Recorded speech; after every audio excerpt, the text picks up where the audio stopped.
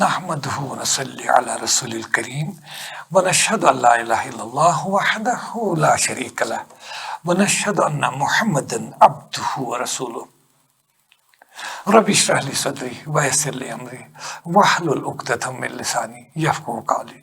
This special prayer I pray for myself, but I advise you, this is Mosaic prayer. This prayer first said by Musa alayhi salam. A very best prayer. I say I have included in Quranic wazaif.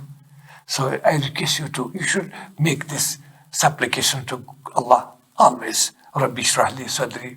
It means, oh Allah, open my bosom. Make things easy for me, my job easy for me. And open the knots of my tongue. So that people understand what I say, and that means give me the best possible expression.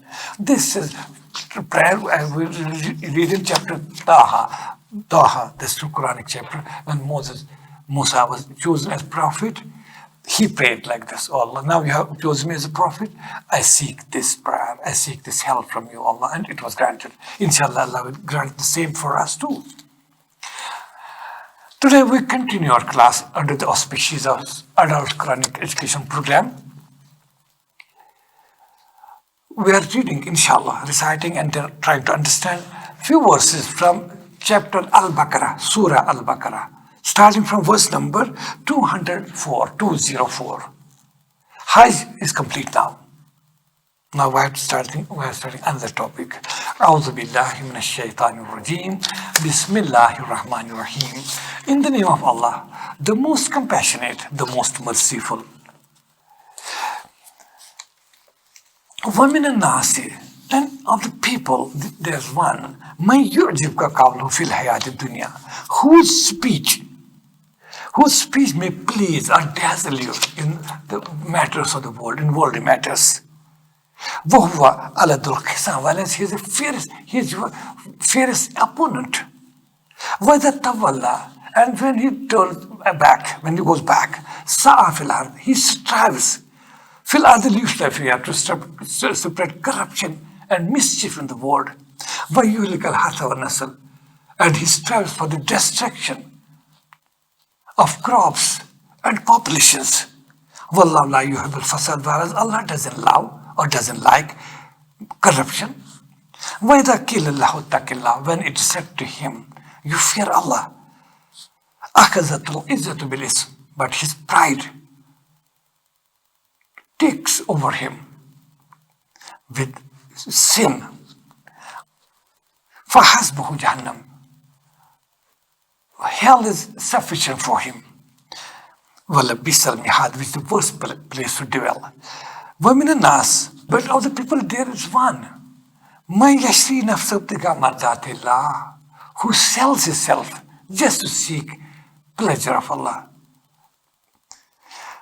وَاللَّهُ رَءُوفٌ بِالْعِبَادِ, and Allah is so affectionate for his servants. يَا أَيُّهَا الَّذِينَ آمَنُوا, O those who have believed, udkhulu fi silmi kafa, you enter the fold of Islam completely and wholeheartedly. I repeat, Ya ayyuhalladhina amanu, all believers, udkhulu fi silmi kafa, enter the fold of Islam. Fi silmi kafa, completely and wholeheartedly. Wala tattabi'u khutuwati shaitan, don't follow the footsteps of Satan. Innahu lakum aduwwun mubin, surely he is your open enemy. Fine zalaltum, but if you slip or if you backslide, min ba'di ma ja'atkum al-bayinat, even after clear messages have come to you, fa'lamu, then know it, anna Allah aziz, that Allah is exalted in might, hakim, and he is all wise. Sadaqallahul azim. Now, about this was verse number 204.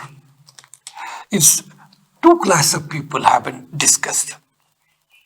One who thinks only about worldly life, and who is so sweet-tongued, and he wants, by his sweet tongue and sweet pleasing speech, he tries to influence others. But in the hearts of hearts, he is enemy of faith. He is a dangerous enemy from within. This one class of people. Another is that who is so sincere an embodiment of sincerity. Does everything, not for show, so to be seen by others, not for his personal fame, but only seeking pleasure and countenance of Allah the Almighty. These are two people. Though in Hadith we see mention of a person from Medina, a leader of one of the tribes, Bani Saqif, Akhnas bin Sharik, who used to come to the Prophet, peace be upon him, and express himself in a very sweet manner, in alluring and pleasing manner, and talk about so good, I can do anything for you, this word is like this, suggesting things. And the way he used to try to influence, God forbid, and mislead the Prophet, peace be upon him, and making him to feel that he was Prophet's friend or well-wisher. Well, if that was not true, prophets, yes, no doubt they are the best of the best. But after all, they're humans. Sometimes they may feel that, yes, the person concerned is speaking the truth. But since prophets are directly connected with God, and Allah informs them about things which they need for their guidance, and so that even nobody can even dare to mislead them, to place them in suspicion or in doubt. But it's not particular to a specific person, that, as has been mentioned in Hadith, Akhnas bin Sharik was his name, a leader from Bani al-Saqif, though he used to speak so good, sweet language before Prophet, peace be upon him, and true believers. But in the hearts he was an opponent and enemy. He used to organize people behind the scene against Prophet, peace be upon him, against Islam. And even it is said that he used to visit some neighboring countries like Syria, which was ruled by Romans at that time, and other places around, and then even invite them to invade Medina and crush Islam once for all. But once he used to come in the company of Prophet, peace be upon him, or his worthy companions, he used to use these sweet words, alluring and pleasing speech. The Prophet was informed, O Messenger of God, don't get influenced by the sweet words of such people. This we call context. That doesn't mean Quranic verses were meant only for that purpose or for that his part of history, as only specific to a person. No, it is just to make things understand in a better way. That's why we call Shani-Nazul. But this situation can arise anytime, anywhere, even today, in the times to come. So a true believer is warned that he should not get only influenced by sweet words and speech of anyone, unless he sees what are his real intentions behind. He should try to probe and understand, and try to differentiate between a friend and a fool. Here it is, Mu'min and Nas. And all the people, there is one, मैं युजब का काल हो fill हयात दुनिया, whose speech may please and dazzle you in worldly matters. That means he talks about in worldly matters, and do so sweet, so well. He does, but basically he's a hypocrite. That's why Vayushidullah Allah Mafi Kalbi. And he time and again calls upon Allah as a witness about what is in heart. There's a sign of hypocrisy, sign of a hypocrite. That he swears time and again, I'm sincere. I'm your friend. My intentions are so good. I have nothing bad against you. That's the problem with such people.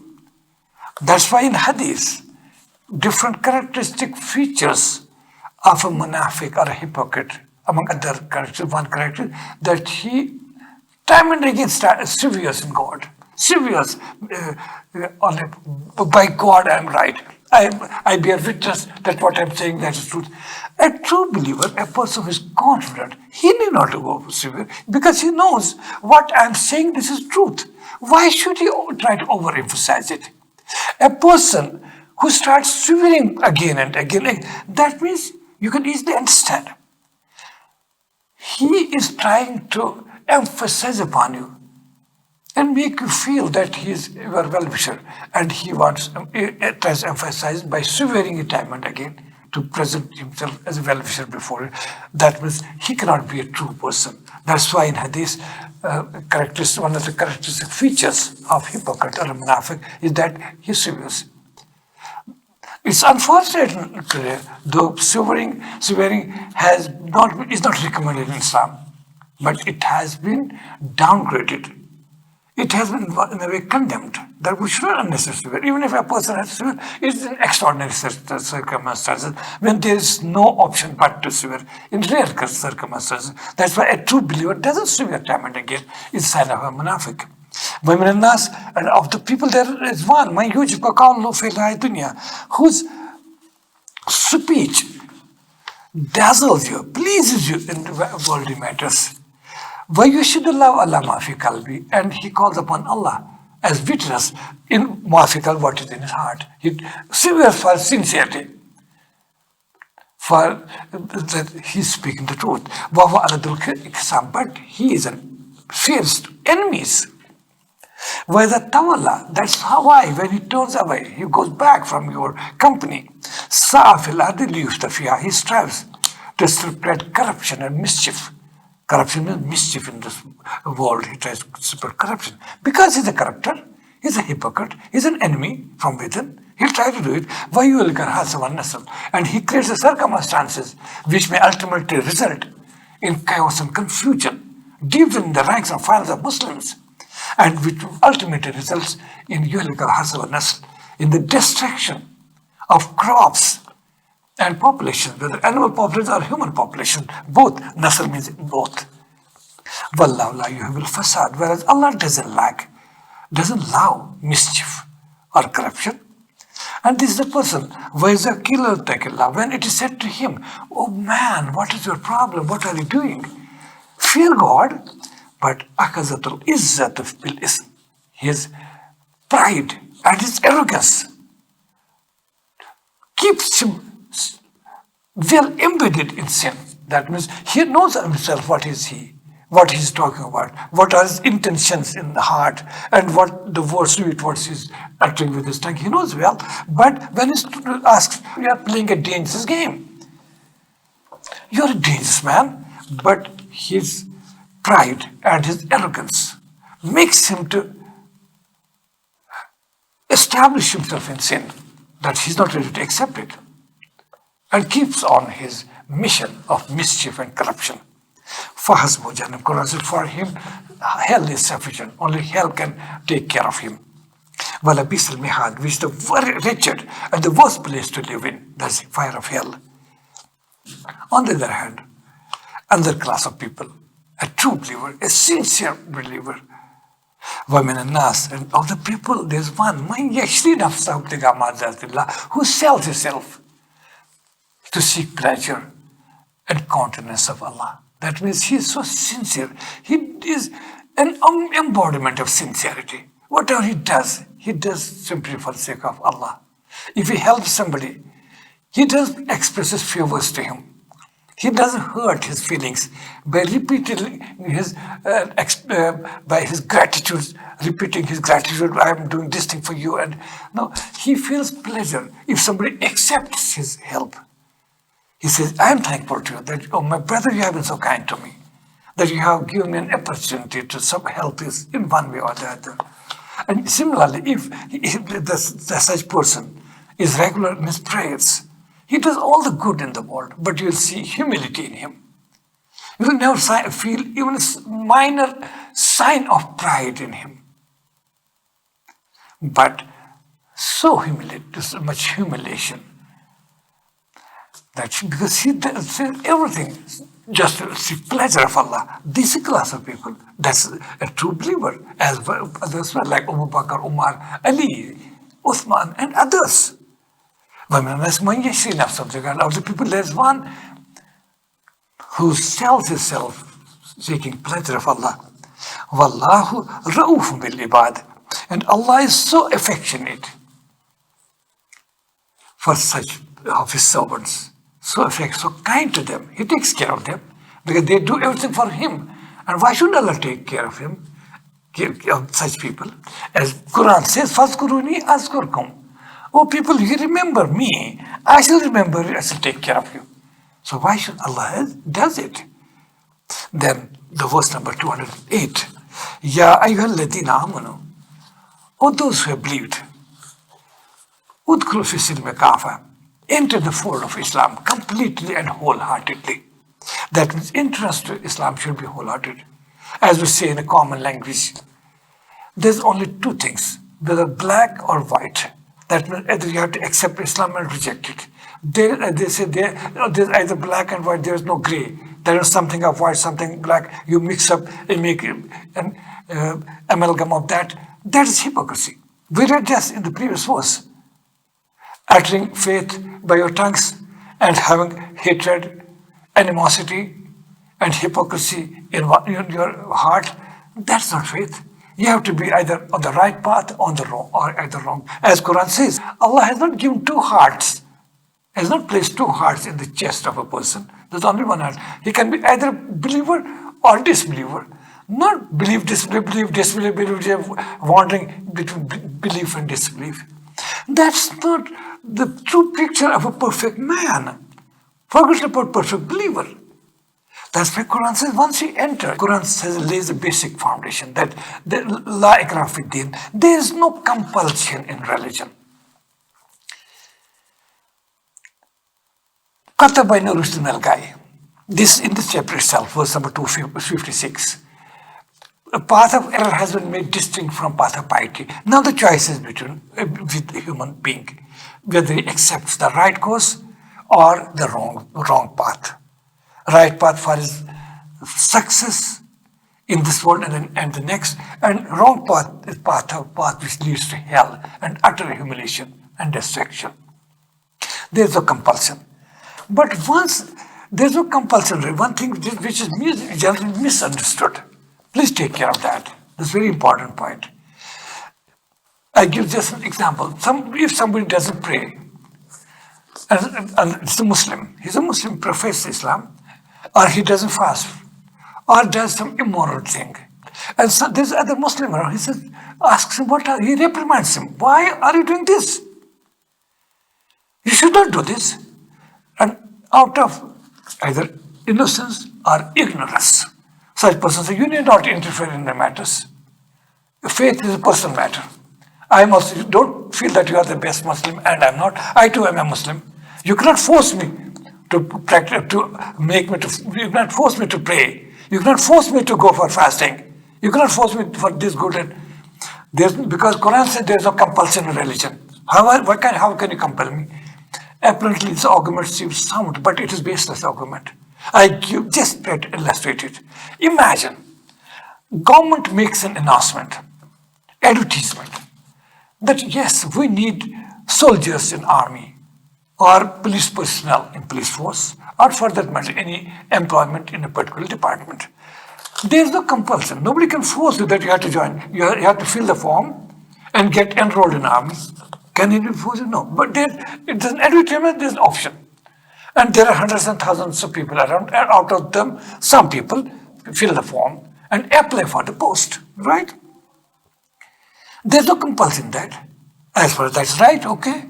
But once there's a selection, and some are chosen in the army as soldiers or as officers, high rank or lower rank officers, right? Once they accept that, all the laws of army or that civil code, what we call civil law, he has to follow them. If tomorrow, this soldier who was not forced to become an army, now he is applied and he is appointed, he is asked to wake up at 4 o'clock. If he protests, he tells his colleagues and officers, you cannot force me. There's no compulsion. How come you're making me to wake up early morning in the 4 and leaving my bed and sleep aside? Can it work? Or tomorrow there's an order. Okay, you are posted in this city or in this town. Tomorrow you have to go to that place. You have to be ready for your parade at specific time. And you have to do this job. If he tells his fellow army men or others, this is compulsion, this force. Why are you forcing me? It's out of the sweet will. I'm also a soldier. You too are a soldier. Don't try to dictate terms to me. I know how to do. This is my pleasure what to do or not. Can it work? He'll be court-martialed. He'll be suspended. And ultimately, this will result in his dismissal. Same is true about Islam, right? There's no compulsion in religion. Nobody will be forced to.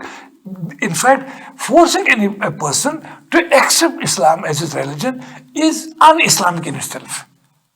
This is not an Islamic, this is un-Islamic. Such a person in an Islamic system will be punished. Why did you force anybody to accept Islam?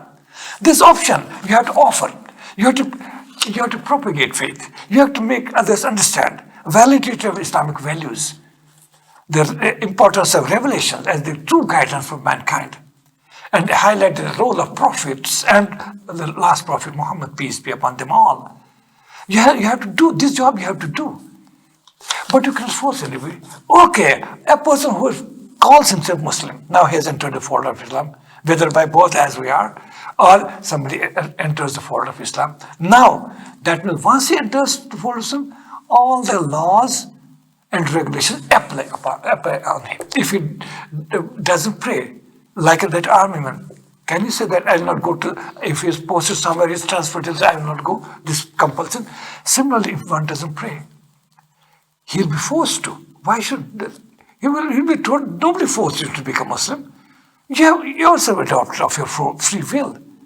Somebody started smoking during Ramadan times, and somebody, and as a person rebuking him, what are you doing? You can't do it. He said, you're not interfering in my matters, because la ikraha fi din. There's no compulsion in religion. I know how to practice religion.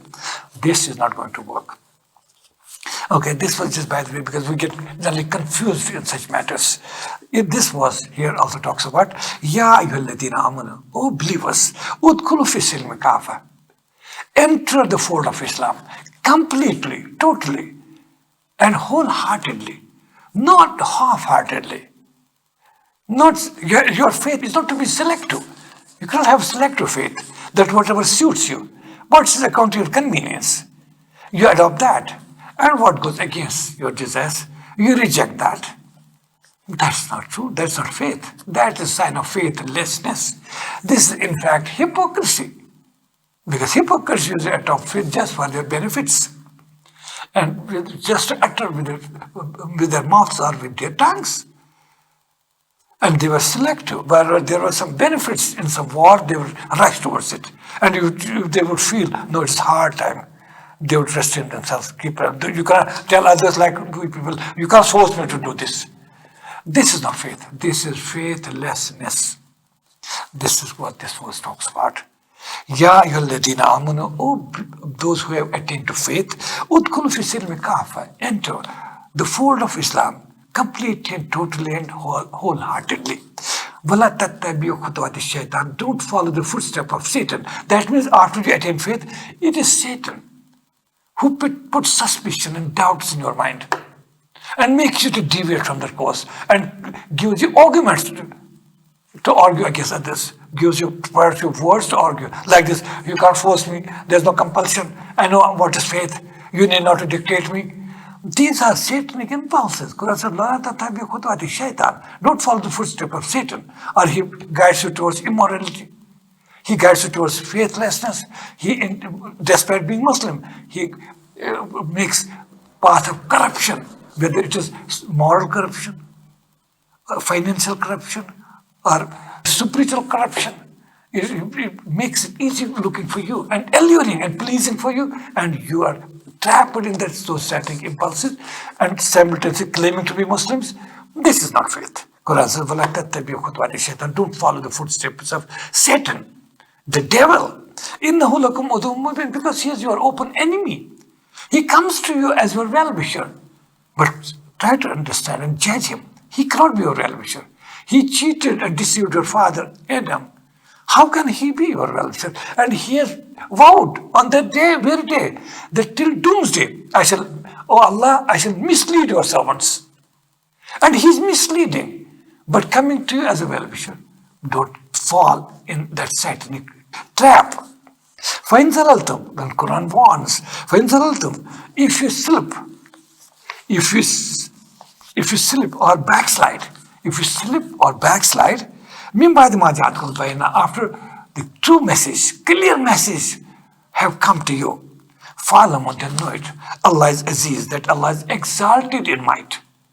Allah is exalted in might, Hakim, and He is all wise. All His commandments are according to norms of His knowledge and wisdom. But simultaneously, He is mighty, His almighty, all powers are rested in Him.